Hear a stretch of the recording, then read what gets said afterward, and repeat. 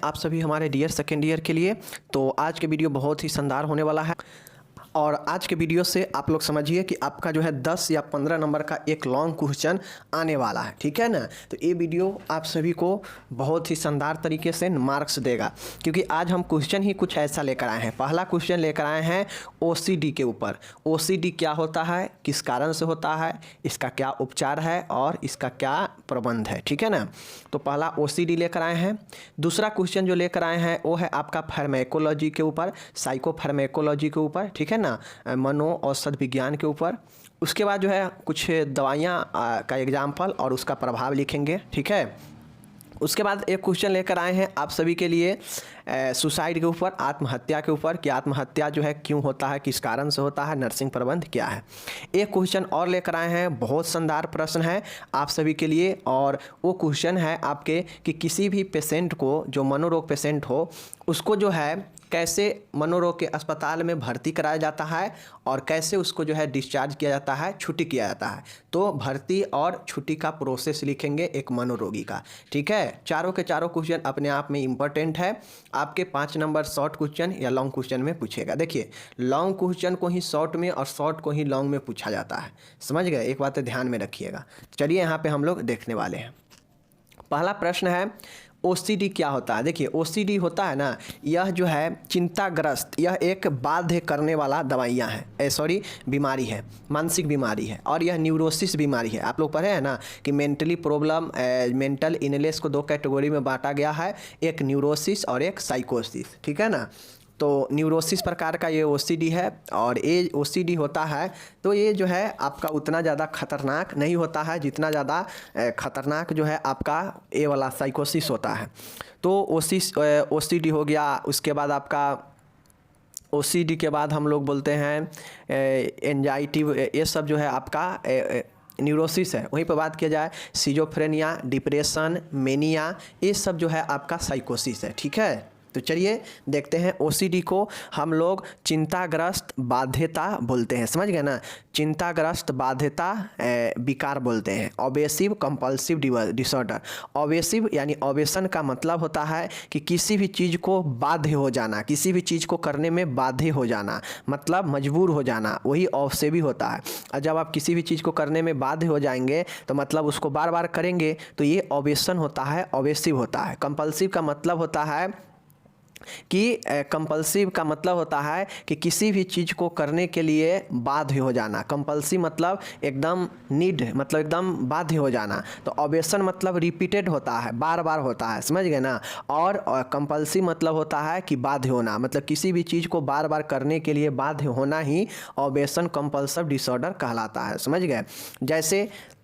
जैसे हमने चाहे किसी व्यक्ति को देखते होइएगा, अगर उससे ऑफिस जाना है तो, या किसी महिला को, वो गैस बंद कर देगी, लेकिन वो गैस बंद कर देगी, खाना उस पर चढ़ा हुआ है, उस पर खाना उसका पक रहा था लेकिन खाना हो चुका है, तो वो जो है झटपट में क्या करेगी, गैस बंद कर देगी और अपने काम में लग जाएगी। कुछ देर के बाद उसको ध्यान में आएगा कि ओहो हो मेरा तो खाना जल जाएगा, मैं गैस के अभी तक जला ही छोड़ दी हूँ। तो जाकर देखती है धड़ाक से, तो वहाँ पर जाती है तो पता लगता है वो तो हमने तो बंद रखा है। तो यही एक प्रकार का आदमी के अंदर जो है बाध्य आ जाता है किसी भी काम को बार बार करने के लिए, समझ रहे हैं ना। तो वही ऑब्सेसिव कंपल्सिव डिसऑर्डर है। जैसे गेट में लॉक कर देंगे, ताला मार देंगे, और कुछ दूर जाएंगे या ऑफिस में जब चले जाएंगे या किसी काम पर चले जाएंगे, कॉलेज चले जाएंगे, तो आपको दिमाग में कहीं ना कहीं ये भी खटकने लगेगा कि हमने गेट खुला छोड़ दिया है या गेट में ताला मारा है या नहीं मारा है, अब कैसे जाऊँ यहाँ से, ये वो, मतलब उस चीज़ के प्रति ज़्यादा बाध्य हो जाता है, समझ गए ना। और उससे दोबारा जो है व्यक्ति करने के लिए बाध्य हो जाता है। तो यही जो चीज़ें होता है ऑब्सेशन कंपल्सिव डिसऑर्डर होता है, समझ गए। चलिए देखिए, इस रोग में व्यक्ति के दिमाग में कोई एक विचार बार बार आता है। जिसको ऑब्सेसिव कंपल्सिव डिसऑर्डर होता है ना, तो यह न्यूरोसिस स्नायु विकार होता है। तो इसमें एक ही बात जो है या एक ही विचार बार बार व्यक्ति को दिमाग में आता है, ठीक है ना। हालांकि वह व्यक्ति जिसको मन में बार बार कोई विचार, कोई चीज़ आता है, तो यह व्यक्ति जानता है कि यह विचार गलत है। व्यक्ति जान रहा है कि यह विचार गलत है, जैसे कि ताला मार दिया है, लेकिन वो जान रहा है कि हम ताला मार चुके हैं, ताला मार कर आए हैं, लेकिन फिर भी माइंड में ये घूमता घूमते रहता है कि यार हम ताला मारे हैं या नहीं मारे, मतलब असमंजस की अवस्था, समझ गए ना। तो OCD भी एक प्रकार के असमंजस की भी अवस्था है, जहाँ पे लगेगा कि हम एक काम किए हैं या नहीं किए हैं, लेकिन हम जान रहे हैं कि वो काम हम कर चुके हैं, लेकिन फिर भी मन में इस तरीक़ा से घूमते रहता है कि लगता है कि मन में दुविधा होते रहता है कि हमने ये काम किया है नहीं किया है नहीं किया है, समझ गए ना। तो उसी प्रकार से यह मन में एक जो है बार बार आने वाला विचार होता है। हालांकि व्यक्ति जानता है कि ये काम गलत है, एक विचार गलत है, किंतु फिर भी उसके दिमाग से ये चीज़ें हट नहीं पाता है, मतलब बैठ जाता है, समझ गए ना। इन निरर्थक विचारों को बार बार आना, दिमाग में आना ऑबेशन कहलाता है या ऑबेसिव कहलाता है, ठीक है ना। कोई भी चीज़ें दिमाग में बार बार आ रहा है, भले ही वो विचार गलत ही क्यों ना हो, व्यक्ति जान रहा है कि हमने ये काम कर चुके हैं, लेकिन फिर भी वो दिमाग में बार बार आ रहा है, यानी वो ऑबेशन है। वो क्या है आपका, वो ऑबेशन है, यानी बार बार जो है दिमाग में घूम रहा है, तो ये हो गया आपका ऑबेशन, यानी ऑबेसिव हो गया, समझ गए। चलिए, अब कंपल्सिव क्या होता है समझ लीजिए। बाध्यता क्या होता है, तो यह विचार रोगी की विशेष कार्य को बार बार करने को बाध्य करते हैं। अब जो व्यक्ति के मन में विचारे आता है, भले वो विचार व्यक्ति जानता है कि हम काम कर चुके हैं, भले चीज़ें गलत क्यों ना है, लेकिन बार बार वो विचार आता रहता है, और वो जो बार बार विचार आना यानी कंपल्सन जो होता है, उसको व्यक्ति करने के लिए बाध्य हो जाता है। यानी यह रोगी जो है विचार, देखिए यहाँ पे, यह विचार रोगी की विशेष कार्य को बार बार करने को बाध्य करते हैं, जिसे कंपल्सन कहते हैं, ठीक है ना। बार बार किसी भी चीज़ को सोचना या बार बार किसी चीज़ को करने का लिए जो बाध्य करता है, तो उसे कंपल्सन कहते हैं, समझ गए। वे रोगी जिनमें इन विचारों को बार बार आना एवं कार्य करने की बाध्यता दोनों ही पाए जाते हैं, उस रोगी के इस अवस्था को ऑबेसिव कंपल्सिव डिसऑर्डर कहते हैं। अब जिस व्यक्ति में बार बार कोई चीज़ें आता हो, भले वो चीज़ें व्यक्ति कर चुका है, उसे कंप्लीट कर चुका है, लेकिन लगता हो कि ये काम में हम कंप्लीट नहीं किए हैं, समझ गए ना। या कोई ऐसे विचार आता हो जो लगता हो व्यक्ति को कि ये गलत है, लेकिन फिर भी उसे लगता हो कि ये काम करना चाहिए, समझ गए ना। इस तरीक़ा से थॉट आता है कि व्यक्ति असमंजस में पड़ता है, उस चीज़ को करने के लिए, पुनः करने के लिए बाध्य हो जाता है, जो विचारे बार बार आ रहा है, समझ गए ना। तो यही विचारे बार बार आना और उसको करने के लिए व्यक्ति बाध्य हो जाता है, तो यही जो विकार होता है, यही ऑबेसिव कंपल्सिव डिसऑर्डर कहलाता है, समझ गए। चलिए, ये चीज़ समझ गए।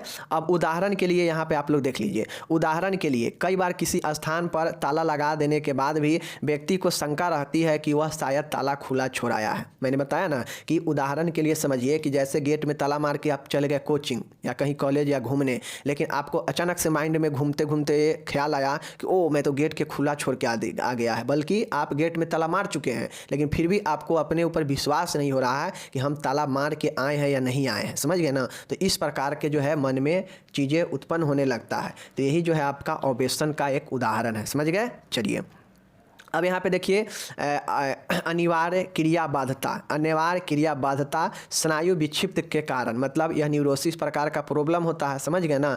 तो यह जो है इसका क्या क्या कारण होता है, ऑबेसिव कंपल्सिव डिसऑर्डर का क्या कारण हो सकता है, देख लीजिए। पहला कारण जीनेटिक्स कारण है। आप लोग जानते हैं कि ज़्यादातर जो मानसिक रोग होता है वह उसमें जीनेटिक फैक्टर भी होता है, अनुवांशिक रोग भी होता है। जैसे माता पिता के इस रोग से पीड़ित होने पर बच्चों में यह 5 से 7% पाया जाता है, 80 से 90% मोनोजाइगोटिक और लगभग 50% डाइजाइगोटिक, समझ गए ना, जुड़वा में इस प्रकार का विकार पाया जाता है, ठीक है ना। देखिए, माता पिता से अगर ये रोग अगर बच्चे में माता या पिता किसी से अगर होता है तो यह अनुवांशिक रोग होगा। अनुवांशिक का मतलब ही होता है कि एक से दूसरे पीढ़ी में फैलना। तो अगर माता पिता से अगर बच्चों में ये रोग होता है तो इसका चांसेस 5 से 7% होता है, समझ गए ना। अगर वो मोनोजाइगोटिक बच्चा है तो 80 से 90%, समझ गए ना। और अगर वह डाइजाइगोटिक है यानी जुड़वा है तो इस प्रकार के 50% पाया जाता है, समझ गए, जीनेटिक्स फैक्टर। ओके, चलिए, दूसरा है जैविक बायोलॉजिकल फैक्टर। बायोलॉजिकल फैक्टर क्या कहता है कि जैसे ब्रेन से संबंधित कोई प्रॉब्लम, समझ गए ना, जैसे झटका आना, इपिलेप्टिक मतलब मूर्छा आना, समझ गए ना, जिसको हम लोग मिर्गी बोलते हैं, या न्यूरोट्रांसमीटर सेरोटोनिन में जो ब्रेन में जो कुछ ऐसे ट्रांसमीटर वाला हार्मोन है, तो इसके अनियमितता से सिक्रेशन में, यानी ब्रेन से संबंधित प्रॉब्लम जो है जैविक कारण ये हो सकता है, समझ गए। चलिए, तीसरा है बचपन के अनुभव। कुछ ऐसे बचपन के अनुभव जैसे दूसरों की नकल तथा रोग के कारण किसी निकट संबंधी की मृत्यु, निराशा, अधिक काम करना आदि जीवन की मुख्य घटनाएं भी इसका कारण बन सकता है। समझ गए ना। बचपन के अनुभव जैसे बचपन में आप कुछ ऐसे अनुभव किए हैं, कुछ ऐसे एक्सपीरियंस आपने देखा है जो आपको जो है झकझोर सकता है, पुनः जो है उसका याद दिला सकता है। समझ गए ना। और उसके प्रति आप बहुत ज़्यादा उदास हो जाएंगे, बहुत ज़्यादा जो है निराश हो जाएंगे। समझ गए ना। तो ये सब बचपन के अनुभव जो है व्यक्ति को एक कंपल्सिव डिसऑर्डर होने का उम्मीद रहता है। समझ गए। तो अभी तक क्या देखे हैं, जीनेटिक्स देखे हैं, समझ गए ना, बचपन के अनुभव देखे हैं और एक और देखे हैं बायोलॉजिकल। समझ गए। चौथा है मनोवैज्ञानिक कारण। मनोवैज्ञानिक कारण का मतलब है कि इसमें कमजोर एवं प्रभावहीन तथा अनुकूल प्रक्रिया का विकास, लक्षणों की पुनरावृत्ति होना शामिल है। ठीक है ना। मनोवैज्ञानिक कारण होता है कि जैसे साइकोलॉजिकल रूप से दबाव पड़ना। ठीक है ना। मतलब मन का उदासी होना या कुछ ऐसे क्रियाओं को करना जो आपके जीवन को प्रभावित करता है। समझ गए ना। यानी मनोवैज्ञानिक साइकोलॉजिकल फैक्टर इसका प्रभाव पड़ता है। समझ गए। चलिए ये हो गया। अब ये हम लोग कारण देख लिए। कारण क्या क्या देखे हैं, साइकोलॉजिकल फैक्टर, बचपन के अनुभव, जैविक कारण और अनुवांशिक कारण। ठीक है। चलिए तो एक कारण लिख दीजिएगा, एक एक लाइन लिख दीजिएगा कि ये हो गया। समझ गए। अब यहाँ पे लक्षण देखते हैं कि देखिए लक्षण क्या क्या होता है। किसी को अगर ऑब्सेसिव कंपल्सिव डिसऑर्डर होता है तो एक तो उदाहरण दे ही दिए। समझ गए ना। अब यहाँ पे लक्षण देख लीजिए। मनोग्रस्ति से संबंधित आशंकाएं। अब इसमें व्यक्ति को लक्षण जो ऑब्सेसिव कंपल्सिव डिसऑर्डर में, समझ गए ना, मनोस्नायु बाध्यता में अगर किसी भी प्रकार के लक्षण होता है तो चलिए देख लेते हैं। लक्षण होता है जैसे मनोग्रसित से संबंधित आशंकाएं। व्यक्ति को लगता है कि वह मानसिक रूप से जो है पीड़ित है। समझ गए ना। इस प्रकार के डाउट होता है, आशंका होता है। गंदी विपरीत विचारों तथा मनोवैज्ञानिक विषय के संबंध मनोग्रसित विकार। जो कंपल्सिव डिसऑर्डर से पीड़ित होता है उसके मन में गंदे गंदे और निगेटिव थॉट आते रहते हैं। अपने से रिलेटेड उसके मन में गंदे विचार, भावना, समझ गए ना, विपरीत चीज़ें जो है उसके मन में तरह तरह के भावना उत्पन्न होता है। समझ गए। चलिए नेक्स्ट देखिएगा। वो व्यक्ति हिंसक यौन संबंध अथवा घृणित प्रकृति को मनोग्रसित कल्पनाएं। ठीक है ना। व्यक्ति को जो है हिंसक मतलब वायलेंस, सेक्सुअलिटी संबंध और घृणित प्रकृति की मनोग्रसित कल्पनाएं करता है। समझ गए ना। मतलब व्यक्ति के अंदर जो है बहुत ज़्यादा सेक्सुअलिटी प्रॉब्लम, समझ गए, घृणित प्रकृति का मतलब हेजिटेट, इस प्रकार के व्यक्ति के अंदर लक्षण पाया जाता है। समझ गए। मनोग्रसित धारणाएं अथवा चिन्ह जो थॉट इक्वल एक्ट के जादुई फार्मूले पर आधारित है। समझ गए ना। ऐसा लक्षण पाया जाता है जो व्यक्ति गलत धारणाओं को ज़्यादा जो है इस पर जोर देता है। व्यक्ति को जो है लगेगा कि संसार में प्रेत बाधा है, हमको जो है कोई प्रेत बाधा पकड़ लिया है, हमको जो है मतलब इस टाइप से उसको जो है गलत गलत आशंकाएं, धारणा, ये सब जो है मन में विचार उत्पन्न होते रहता है। सेक्सुअलिटी जो है थॉट ज़्यादा निकलता है दिमाग में आदमी का। समझ गए ना। हिंसक सेक्सुअली मन में आएगा, वो अपने प्रति या किसी के प्रति बहुत ज़्यादा गलत गलत भावना व्यक्ति के विचार आएगा। तो ये सब जो है लक्षण होता है ऑब्सेसिव कंपल्सिव का। समझ गए। चूँकि व्यक्ति इसमें जो है उसका सोच ही, विचार ही प्रभावित होता है। समझ गए। चलिए नेक्स्ट है मनोग्रसित से संबंधित डर। मन में जो है कोई ऐसे मेंटली प्रॉब्लम होने का डर लगेगा उसको। समझ गए ना। जबकि है नहीं ऐसा, लेकिन फिर भी व्यक्ति को डर लगता है। नेक्स्ट है मनोग्रसित अंतः प्रेरणाओं विशेषकर आत्म अपमान संबंधी। समझ गए ना। व्यक्ति को ये लगता है कि उसका जो आत्म अपमान हुआ है किसी से, इस प्रकार के जो है व्यक्ति को लक्षण दिखता है कि हमें कोई अपमान किया है। समझ गए ना। उसके बाद अनिवार्यताएं। ये समर्पित विशेषताएं नियंत्रक हो सकती है। आम अनिवार्यताएं में धोना, साफ करना, गिरना, निरीक्षण करना, निवेदन करना, मांग करना, दिलासा देना, क्रियाओं को दोहराना, आदेश देना। अनिवार्यताएं का मतलब होता है कि अनिर्वाय। समझ गए ना। अनिर्वाय का मतलब क्या होता है, अनिर्वाय का मतलब क्या होता है, अनिर्वाय मतलब नीड। इसमें व्यक्ति को ये लगता है कि हाथ धो लेगा, लेकिन फिर भी व्यक्ति को लगता है कि हमारा हाथ गंदे है, एक बार और धोना चाहिए। इसी प्रकार से वो मन में जो है रिपीट करते करते वो हाथ को कितना बार साफ कर चुका होता है। समझ गए ना। मतलब इसमें व्यक्ति किसी भी चीज़ के लिए इतना ना ज़्यादा बाध्य हो जाता है कि उस क्रिया को बार बार करने लगता है। समझ गए। उसको बार बार करने के लिए बाध्य हो जाता है। इस प्रकार से मन जो है होने लगता है। तो यही जो है OCD होता है। जैसे हाथ धो लेगा, व्यक्ति को लगेगा कि हमारा हाथ गंदा ही है। समझ गए। और वो जो है बार बार उसको फिर से हाथ को धोने लगेगा। कोई भी चीज़ बार बार जो है होने लगेगा और जो है यही चीज़ें जो बार बार क्रिएट होने लगता है, यही जो है व्यक्ति को OCD कहलाता है। समझ गए? तो यहाँ पे आपका लक्षण हो गया समाप्त। अनिवार्यताएँ भी हो गया, समझ गए, जिसमें किसी को बार बार दिलासा देना वगैरह हो सकता है। नेक्स्ट देखिए, चिकित्सीय प्रबंध, मेडिकल मैनेजमेंट। इसमें दो चीज़ें होगा, मेडिकल मैनेजमेंट होगा और उसके बाद थेरेपी भी होगा और उसके बाद आपका सर्जिकल प्रबंध होगा। सर्जिकल प्रबंध हम नहीं बताएंगे, आप समझ लीजिए कि किसी को अगर OCD हुआ है तो अभी तक OCD समझ लिए कि क्या लक्षण होता है, क्या कारण होता है, OCD में क्या होता है। तो इसी सब पर तो बेस जो है नर्सिंग प्रबंध होता है। इसी सब के ऊपर तो आप क्या क्या चीज़ें करेंगे, इसके लिए आपको एज ए नर्स लिखना है। समझ गए ना? चलिए, पहला ड्रग थेरेपी दिया जाता है। इसमें जो है एल्प्राजोलम और जो है बस्पायन, समझ गए ना, बस्पायन, समझ गए, बस्पायन जैसे ट्रैंक्विलाइजर तथा क्लैम्प्रीमाइन, समझ गए ना, क्लैमीप्रामाइन और फ्लूऑक्सीटिन जैसे डिप्रेसेंटों का प्रयोग किया जाता है। समझ गए? देखिए, ड्रग थेरेपी यानी दवाई के द्वारा थेरेपी जैसे एल्प्राजोलम, समझ गए ना, एल्प्राजोलम और बस्पायन, समझ गए ना, बस्पायरन, समझ गए, बस्पायरन और एल्प्राजोलम जैसे ट्रैंक्विलाइजर तथा क्लेमिप्रामाइन और फ्लूऑक्सीटिन जैसे डिप्रेसेंट का प्रयोग किया जाता है। तो OCD वाले को एल्प्राजोलम, बस्पायराइन और ट्रैंक्विलाइजर तथा क्लेमिप्रामाइन और फ्लूऑक्सीटिन जैसे डिप्रेसेंट का प्रयोग किया जाता है, याद रखिएगा। समझ गए? नेक्स्ट देखिएगा, यहाँ पे बिहेवियर थेरेपी दिया जाता है, मतलब व्यक्ति को व्यवहार को परिवर्तन करने के लिए जो थेरेपी दिया जाता है वही बिहेवियर थेरेपी होता है। समझ गए ना? तो यही जो है होता है। समझ गए? चलिए, नेक्स्ट देखिएगा, यहाँ पे साइकोथेरेपी दिया जाता है। इसमें सपोर्टिव थेरेपी और विश्लेषक एनालिसिस थेरेपी दिया जाता है। इसको साइकोथेरेपी में सपोर्टिव थेरेपी और विश्लेषक थेरेपी शामिल है। समझ गए? चलिए, नेक्स्ट है ECD दिया जाता है। यह आवर्ती मनोग्रसित अवस्थाओं तथा निराश के लक्षण पाए जाने पर की जाती है। समझ गए ना? ECD कब दिया जाता है? जब व्यक्ति को इसमें डिप्रेशन होने से अगर ये होता हो तो जो है ECD दिया जाता है। समझ गए? चलिए, तो ये हो गया आपका यहाँ पे OCD समाप्त हो गया। अब यहाँ पे OCD के आपके नर्सिंग प्रबंध खुद से लिखना है, मैं ये नर्सिंग प्रबंध नहीं बताऊँगा। चलिए, अब हम लोग यहाँ पे देखते हैं साइकोफार्मेकोलॉजी, मतलब समझ गए ना, साइकोफार्मेकोलॉजी मतलब मनो औषध विज्ञान, मनोरोग दवाइयों का वर्गीकरण, मनोरोग दवाइयों या मनोरोग औषधि का वर्गीकरण और नर्सिंग प्रबंध सहित लिखना है। ठीक है? चलिए, देख लीजिए, औषध साइकोफार्मेकोलॉजी क्या होता है।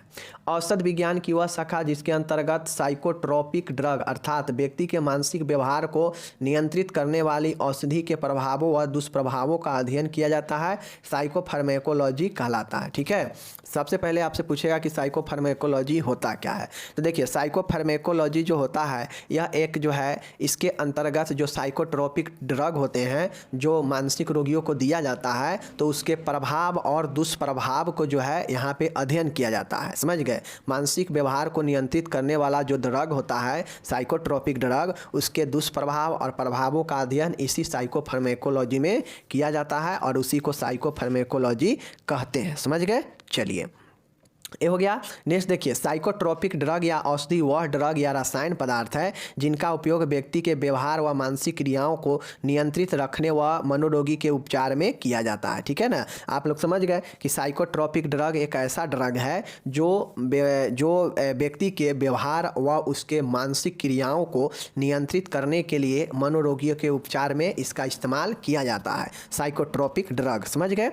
और यही ड्रग का जो उपचार है, इसका जो है इफेक्ट और साइड इफेक्ट का जो अध्ययन है वो जो है साइकोफार्मेकोलॉजी के अंतर्गत किया जाता है। समझ गए?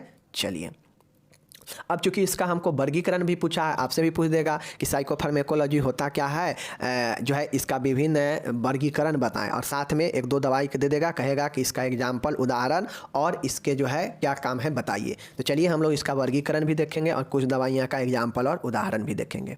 पहला है मनो औषधियों का वर्गीकरण, क्लासिफिकेशन ऑफ साइकोट्रोपिक ड्रग, मतलब मनो औषधियों का क्या कौन सा वर्गीकरण है देख लीजिए। पहला है एंटीसाइकोटिक या न्यूरोलेटिक न्यूरोलेप्टिक ड्रग। पहला कौन सा ड्रग है?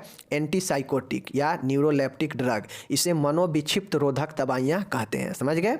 दूसरा है एंटी डिप्रेसेंट या एंटी मेनिक ड्रग, इसको जो है हम लोग अवसाद रोधी, मतलब जिसको डिप्रेशन में चला जाता है तो उसको यही एंटी डिप्रेसेंट या एंटी मेनिक दवाइयाँ देते हैं, समझ गए। चलिए नेक्स्ट यहाँ पे देखिएगा कि मूड स्टेबलाइजर, मतलब मन को स्थिर करने वाला दवाई होता है, उसी को मूड स्टेबलाइजर कहा जाता है। नेक्स्ट है एंटी एंजाइटी, एंजाइटी के विरुद्ध काम करने वाला जो दवाइयाँ होता है, चिंता को कम करने वाला, वो एंटी एंजाइटिक ड्रग होता है, ठीक है। नेक्स्ट है anti elliptic drug, anti elliptic जो ड्रग होता है यह जो है मूर्छा जैसे या दौरा पड़ने में काम आता है, इसको एंटी इलेप्टिक कहते हैं, समझ गए।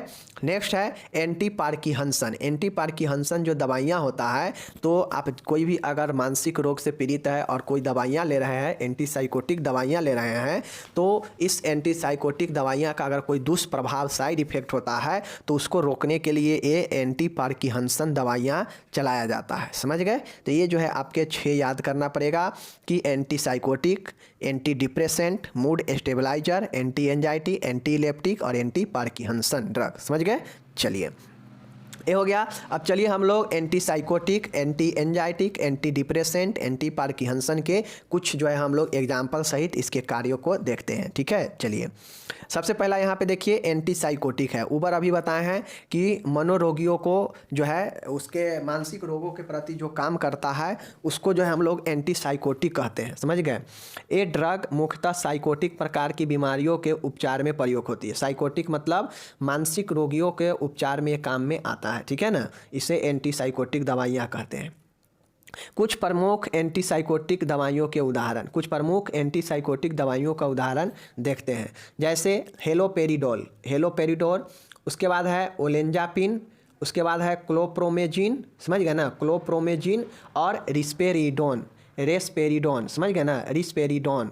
क्या याद रखेंगे? हेलीपेरिडोल, हेलीपेरिडोल, हेलोपेरिडोल, ओलेंजापाइन, क्लोरोप्रोमोजिन और रेस्पिरिडोन। कम से कम आप इसमें 2 याद जरूर रखिएगा, हेरीपेरिडोल और ओलेंजोपिन, समझ गए ना, ओलेंजापिन और हेरीपेरिडोल ये एंटी साइकोटिक दवाई है जो कि जिसको अगर साइकोटिक प्रकार के प्रॉब्लम, मानसिक विकार होता है तो उसको दिया जाता है, समझ गए। चलिए अब यहाँ पे एंटी पार्किंसन दवाइयाँ हैं, देख लीजिए। ये वे दवाइयाँ हैं जो कि एंटी साइकोटिक ड्रग के सेवन के कारण होने वाले दुष्प्रभावों के उपचार हेतु प्रयोग में लाई जाती है। माने ये आप कोई अगर साइकोटिक ड्रग ले रहा है, किसी को अगर मानसिक प्रॉब्लम है तो वो अगर एंटी साइकोटिक दवाइयाँ लेता है, समझ गए ना, किसी को अगर सिजोफ्रेनिया है, समझ गए, किसी को अगर मेनिया है, तो इस कंडीशन में वो अगर एंटी साइकोटिक दवाइयाँ का यूज कर रहा है तो इस कंडीशन में अगर उसको कोई साइड इफ़ेक्ट होता है तो उस साइड इफ़ेक्ट को रोकने के लिए ये पार्किंसन दवाइयाँ दिया जाता है, समझ गए। जैसे देख लीजिए ट्राईहेक्सिलफेनिडिल, ट्राईहेक्सिलफेनिडिल एक प्रमुख पार्किंसन, एंटी पार्किंसन दवाइयाँ हैं। कौन सा दवाई? एंटी ट्राईहेक्सिलफेनिडिल, ट्राईहेक्सिलफेनिडिल, समझ गए। चलिए नेक्स्ट यहाँ पे देखिएगा एंटी डिप्रेसेंट दवाइयाँ, नाम से स्पष्ट है कि जो वैसा दवाइयाँ जो डिप्रेशन के इलाज के लिए, जो अवसाद के रोगियों के लिए जो दिया जाता है, जो उपयोग में लाया जाता है, वो एंटी डिप्रेसेंट दवाइयाँ होता है, समझ गए ना। अब यहाँ पे देखिएगा एंटी डिप्रेसेंट दवाइयाँ कहलाती है, समझ गए। सामान्यतः उपयोग में ली जाने वाली एंटी डिप्रेसेंट दवाइयाँ निम्न हैं। कौन कौन से एंटी डिप्रेसेंट दवाइयाँ हैं देख लीजिए। पहला है एमेट्रिपिटिलिन, एमेट्रिपिटिलिन आप लोग नाम सुने होइएगा। एमेट्रिपिटिलिन जो है बहुत ही प्रचलित नींद की दवाइयाँ हैं। अगर किसी को डिप्रेशन होता है तो ये डॉक्टर बहुत लिखते हैं एमेट्रिपिटिलिन, ताकि व्यक्ति आराम से खाकर और जो है सोए रहे, समझ गए। चलिए नेक्स्ट देखिएगा एमिप्रामाइन है। क्या है? एमिप्रामीन है। एमिप्रामाइन जो दवाई होता है ये भी एक प्रकार के एंटी डिप्रेसेंट दवाइयाँ हैं, ठीक है। उसके बाद देखिए मायनसेरिन है, मायनसेरिन है, और उसके बाद फ्लॉक्सेटिन है, समझ गए, और सेस्ट्रालिन है। बस 2 याद रखिए आप लोग, एमेट्रिपिटिलिन और एमिप्रामाइन, ये 2 दवाइयाँ याद रखिए जो कि एंटी डिप्रेसेंट है। आपसे एग्जाम में पूछेगा कि उदाहरण सहित लिखे तो 2 लिख दीजिएगा, एमेट्रिपिटिलिन और एमिप्रामाइन, ये एंटी डिप्रेसेंट दवाई है, समझ गए। चलिए नेक्स्ट देखिए यहाँ पे है एंटीमेनिक समझ गए ना।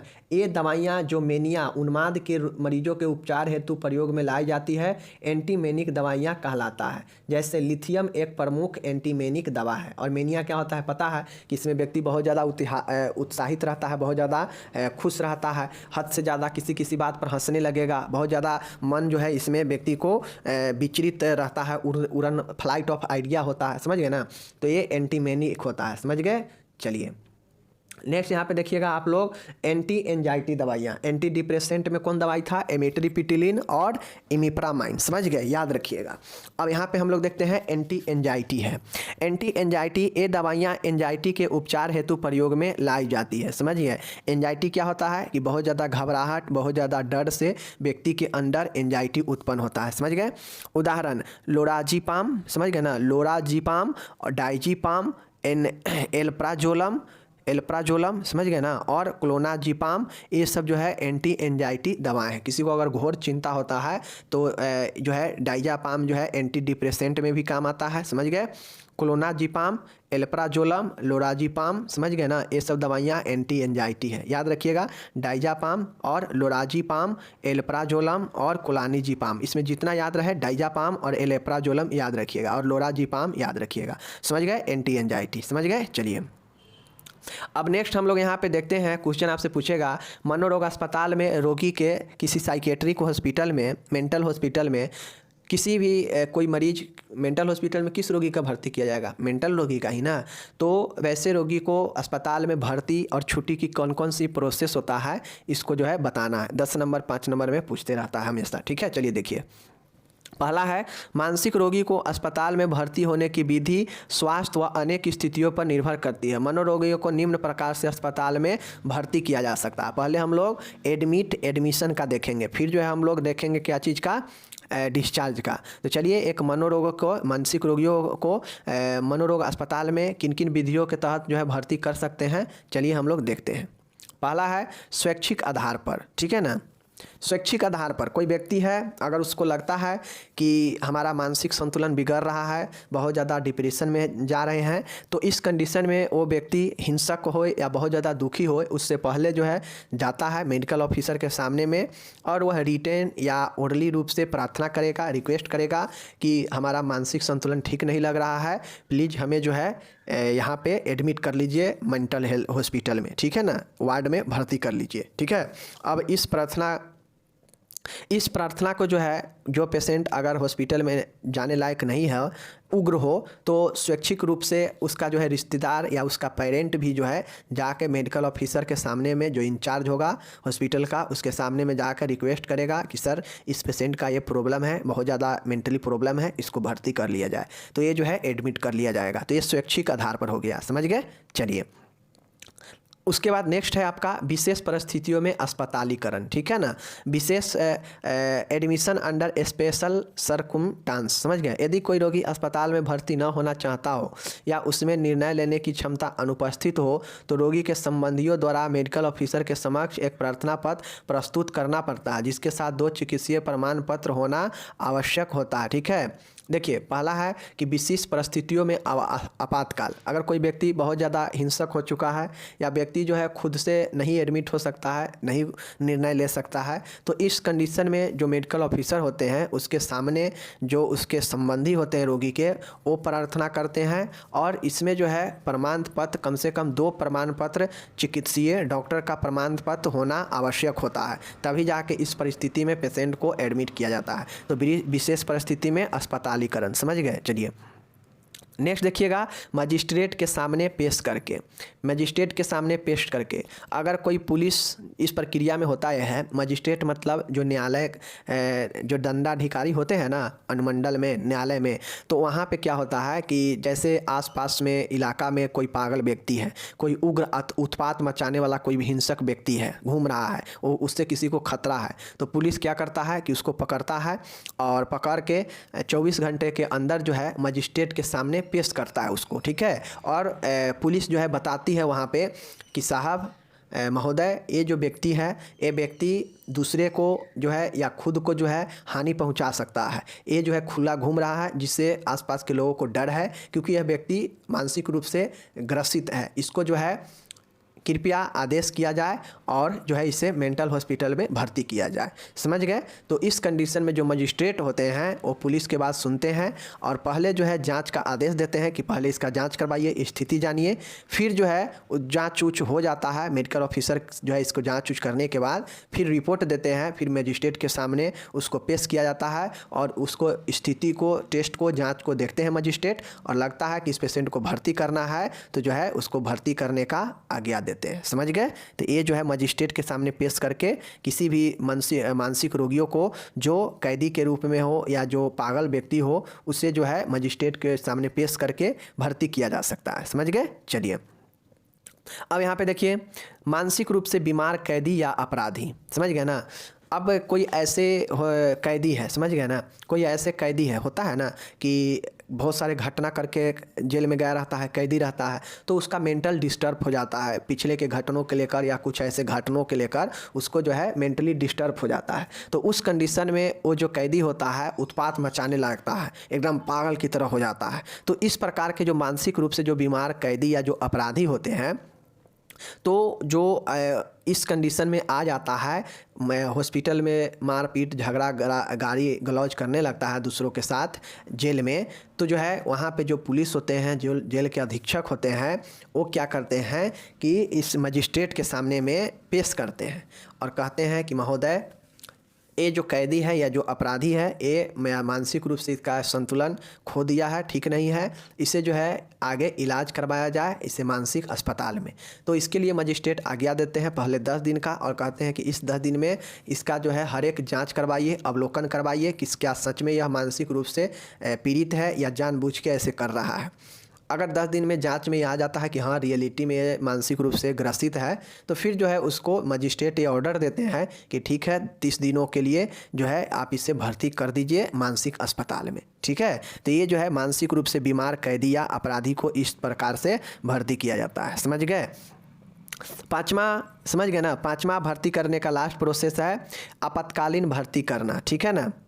आपातकालीन भर्ती करने का मतलब है कि कोई ऐसा व्यक्ति है जो मानसिक रूप से ग्रसित हो चुका हो और लगता हो कि ये व्यक्ति खुद को या किसी और को जो है इतना ज़्यादा उग्र हो गया है कि खुद को या किसी और को ये घटना कर सकता है, नुकसान पहुंचा सकता है, तो इस कंडीशन को आपातकालीन कंडीशन कहते हैं। क्योंकि इस समय जो व्यक्ति होता है मानसिक रूप से ग्रसित वाला, वो वायलेंट हो गया, हिंसक हो गया है, तो इस कंडीशन में जो है उसे भर्ती कराया जाता है इमरजेंसी पीरियड में। तो ये जो है होता है आपातकालीन भर्ती करना। समझ गए? तो ये जो है 5 प्रकार से पेशेंट को भर्ती कर सकते हैं।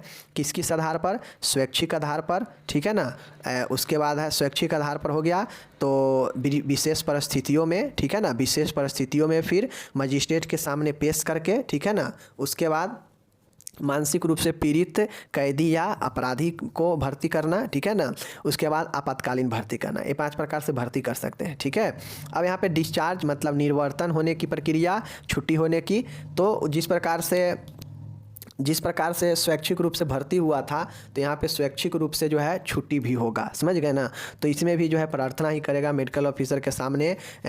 जो पेशेंट होगा वो कहेगा कि हाँ हम अभी रिलैक्स फील कर रहे हैं, अब ठीक है, जो है हमें अब छुट्टी किया जाए। तो इस कंडीशन में जो ऑफिसर होते हैं मेडिकल इंचार्ज, वो उसके जाँच करते हैं और लगता है कि वाकई में फिट हो चुका है, तो उसे जो है छुट्टी कर देते हैं। तो ये स्वैच्छिक आधार पर छुट्टी होता है। ठीक है? चलिए, दूसरा है आवेदन के आधार पर।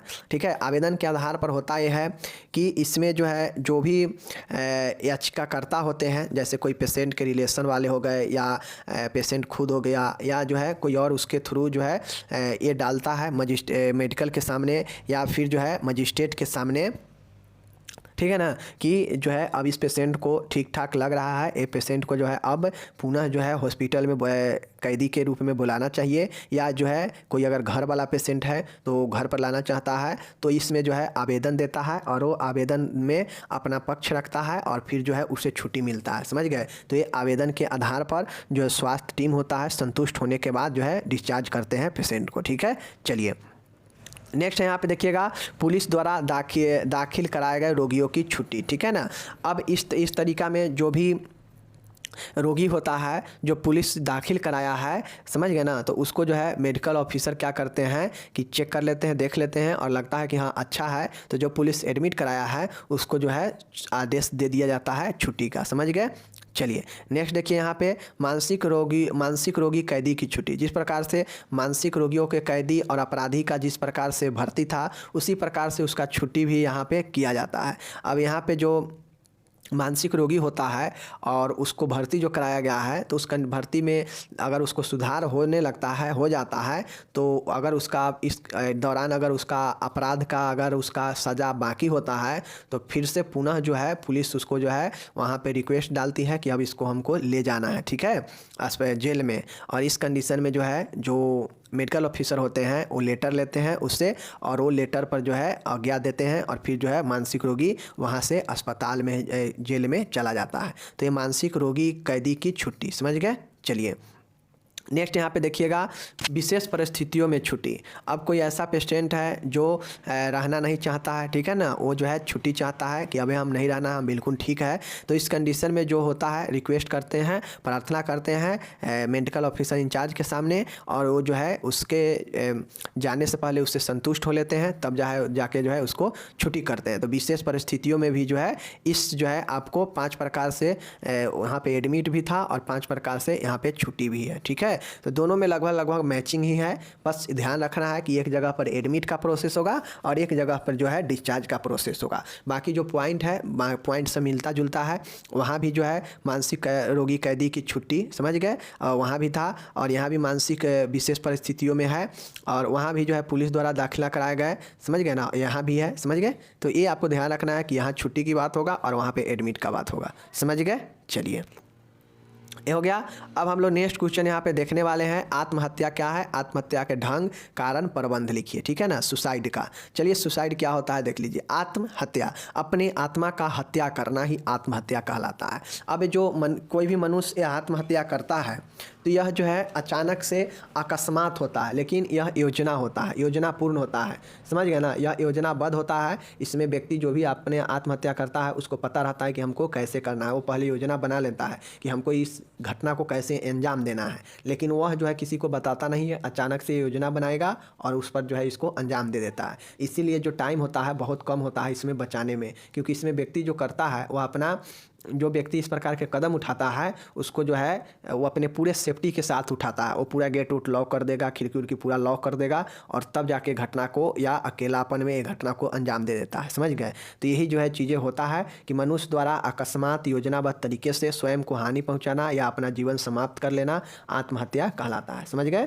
चलिए आत्महत्या के कौन कौन से तरीके हो सकते हैं देख लीजिए। पहला, डूबने से, जाकर डूब जाएगा पानी में, फांसी लगा लेगा, समझ गए। चलिए उसके बाद नेक्स्ट यहाँ पे देखिएगा, गोली मार लेगा खुद को, चलती ट्रेन से कूद जाएगा, उसके बाद है जहर खा लेगा, ठीक है ना, पॉइजनिंग। उसके बाद है कलाई के नसें काट लेगा, होता है ना, देखते हो किसी को प्यार में धोखा होता है तो वो कलाई के नस काट लेता है, खुद को मिटाने का कोशिश करता है, जो कि सबसे पागलपन होता है। समझ गए। तो ये सब जो है तरीका होता है व्यक्ति का आत्महत्या करने का। कारण देख लीजिए क्या क्या कारण हो सकता है। तो कारण में जो है मेंटली प्रॉब्लम तो हो ही सकता है, मानसिक रोग इसका हो सकता है, सिजोफ्रेनिया, हिस्टीरिया, व्यक्तिगत विकार, मनोविकृति, चरित्र विकार मतलब कैरेक्टरलेस, ये सब जो है मानसिक विकृति हो सकता है। समझ गए। उसके बाद जो है दवा या शराब का अत्यधिक उपयोग। अगर कोई व्यक्ति अत्यधिक जो है कोई चीज़ का, ड्रग का एडिक्ट हो चुका है या शराब का सेवन करता है, एल्कोहलिज्म करता है, तो फिर जो है उसको कोई गलत सही नहीं लगता है और आत्महत्या करने के लिए बाध्य हो जाता है। परीक्षा में असफल होने या किसी भी काम में असफल होने से ये चीज़ें होता है, ठीक है ना। दहेज से पीड़ित व्यक्ति, अगर कोई व्यक्ति, कोई ये महिला में ज़्यादा देखते होइएगा होता है, क्यों होता है, क्योंकि उसको जो है प्रताड़ित किया जाता है ससुराल वाले से कि तुम्हारे पिताजी भाई इतना सकारा है, ये नहीं दिया, ये नहीं दिया, ये नहीं दिया, और इस चीज़ से तंग आकर जो है लड़की या महिला जो होती है सुसाइड कर लेती है। समझ गए। नेक्स्ट है किसी प्यारी चीज़ के चले जाने या खो जाने से। आपको कोई किसी से बहुत ज़्यादा, कोई सामान से या किसी स्थान से या कोई किसी भी आदमी से बहुत ज़्यादा प्यार करता है कोई, लेकिन वह उससे जो है जो है बिलक जाता है, अलग हो जाता है, खो जाता है, तो इस कंडीशन में वो जो है उसको भुलाने के लिए खुद को भी मिटा लेता है। समझ गए। धन व व्यावसायिक परेशानियाँ, या किसी को धन या व्यवसाय में बहुत ज़्यादा लॉस या परेशानी हो सकता है, तो इस कारण से जो है गलत कर लेता है, ठीक है। नेक्स्ट है शादीशुदा जीवन से विक्षुब्ध। कोई व्यक्ति ऐसे होते हैं जो अपने शादी जीवन से खुश नहीं होता है। इस कंडीशन में बार बार लड़ाई झगड़ा होने से वो व्यक्ति गलत कदम उठा लेगा और सुसाइड कर लेता है। समझ रहे हैं ना। चलिए अब इसका प्रबंध कैसे करेंगे, ठीक है ना। देख लीजिए प्रबंध।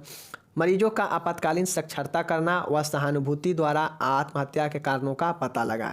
इसमें जो है सिंपैथी पूर्वक और इंटरव्यू करके व्यक्तियों को आपातकालीन साक्षरता करें और उसके आत्महत्या को कारणों का जाने सहानुभूति द्वारा, ठीक है।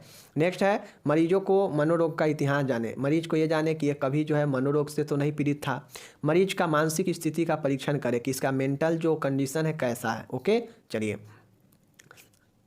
तो देखिए इस प्रकार से जो है आप प्रबंध कर सकते हैं। मैं प्रबंध अब कितना बताऊँ, तो चलिए मिलेंगे अगले वीडियो में। आप लोग इसको पढ़िए, ध्यान दीजिए। देखिए मैं वीडियो बनाता हूँ, 40 मिनट का वीडियो है।